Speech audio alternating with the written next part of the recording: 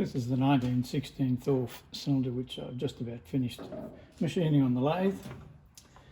I've turned down this section and the flange, and I'm now turning down the top section.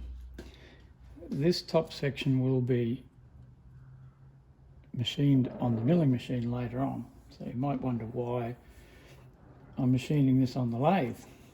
This is a reference point.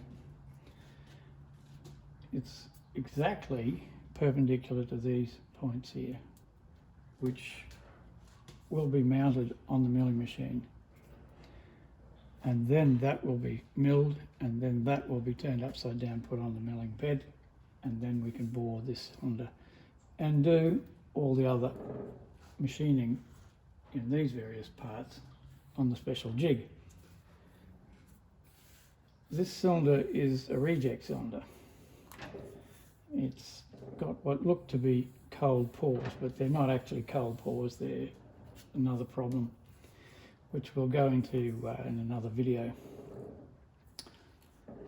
So we'll take this off pretty soon and we'll mount that in the milling machine, and then we'll start the milling procedures from there.